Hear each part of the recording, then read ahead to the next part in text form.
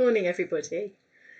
My name's Georgia Condell, for those of you who haven't met me, and I'm doing my placement at the moment with Sheena at St Michael's. And she's asked me to just record a short sermon because obviously we're needing to do church very differently at the moment. Church in the time of Corona is a very different feel, isn't it? And I wanted to share with you a short story.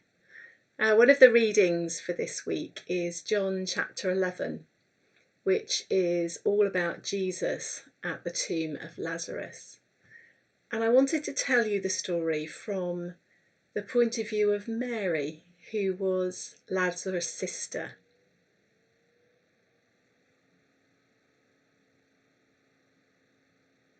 I was with him when he died.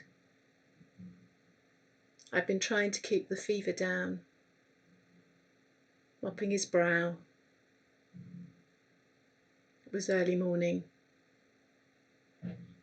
I felt him go. I felt his hand grow cold in mine. My dear, sweet brother, Lazarus. He was such a calming influence in our household. Martha and I are very different characters. And Lazarus somehow always managed to keep the peace between us.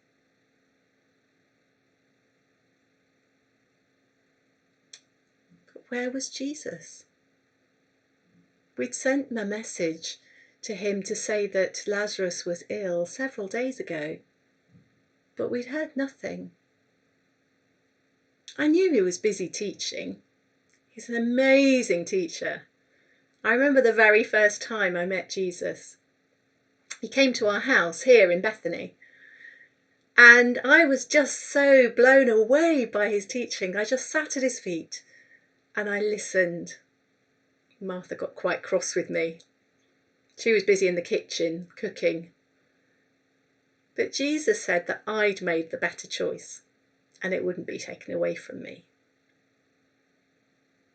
Jesus is amazing. He's an amazing teacher and a healer. He goes around healing people and making people whole. So why hadn't he healed Lazarus?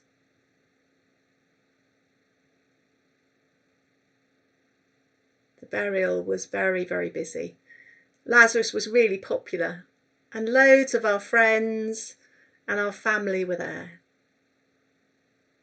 It distracted Martha. She could stay in the kitchen and cook lots of food for everybody. But I was full of all sorts of emotions. Grief for my brother, bewilderment and anger that Jesus hadn't come. He hadn't even come to the burial. Anyway, a few days later, word came that Jesus was on his way. Martha rushed out to meet him, but I stayed home. I couldn't do it. I was too angry with him for not being there. Anyway, then Martha came back. She said, "The teacher's calling for you." Well, at that point, I got up and I rushed out. I was going to give him a piece of my mind. But as soon as I saw Jesus, I just fell at his feet and I wept. If you'd been here, Jesus, he wouldn't have died. He didn't say anything. But when I looked up, he was weeping. And then I knew that Jesus cared. I knew that Jesus loved us and that he loved Lazarus. "Where is he?" said Jesus. And I took him. Everyone was there at the tomb. Jesus said something strange. take away the stone? Well, Martha, ever the practical one, pointed out that it was 4 days. It was going to smell. But actually, when Jesus tells you to do something, generally you do. And I just had this feeling that something was going to happen. Jesus prayed. And when Jesus prayed, his face shone. And then he said, Lazarus, come out. Well, we all held our breaths. But then, after a pause, there was movement. And my brother came out.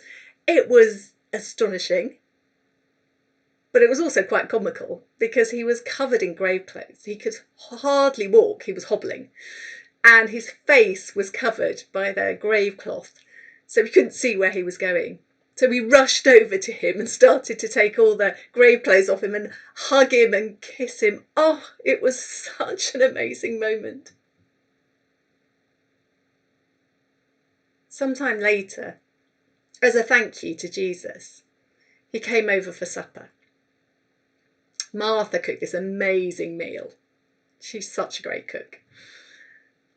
But I thought, I want to do something special as well, and I'm not a great cook. Now, I'd had this perfume. I'd had it for a while. It was really expensive. And so what I did was I took the perfume and I poured it onto Jesus' feet. Now, his disciples who'd come to dinner as well, they weren't too impressed by that. Judas, I remember in particular, he said, well, you could have used that for the poor. You could have sold it and given the money to the poor. But Jesus said something really strange, at least strange at the time. He said that I'd done it for his burial. It seems such an odd thing to say then. But it wasn't long before I realised what he meant. Sometime later, I stood with the other women and I watched Jesus die.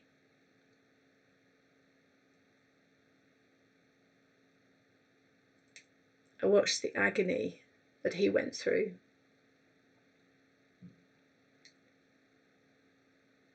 On the cross, a criminal's death.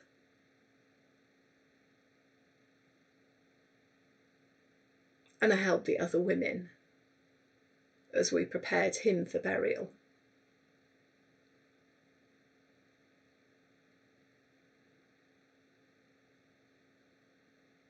That was 2 years ago. What's amazing is that he didn't die. Well, he did. But then, just as Jesus raised my brother back to life, he came back to life. Not quite in the same way. We don't see him, but I feel him in my heart. And I know he's real and I know he's true. And it's the same Jesus who came to dinner. It's the same Jesus who I sat at his feet and listened to his teaching. He's alive.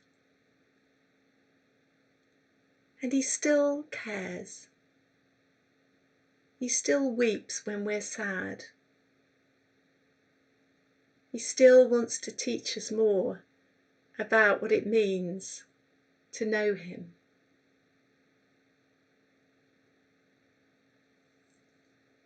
At this time, when many of us find ourselves with so much time, when we find ourselves often alone and isolated, isn't it good to know that Jesus is with us, that he never leaves us? Pray blessing on you and the grace of God be with you. Amen.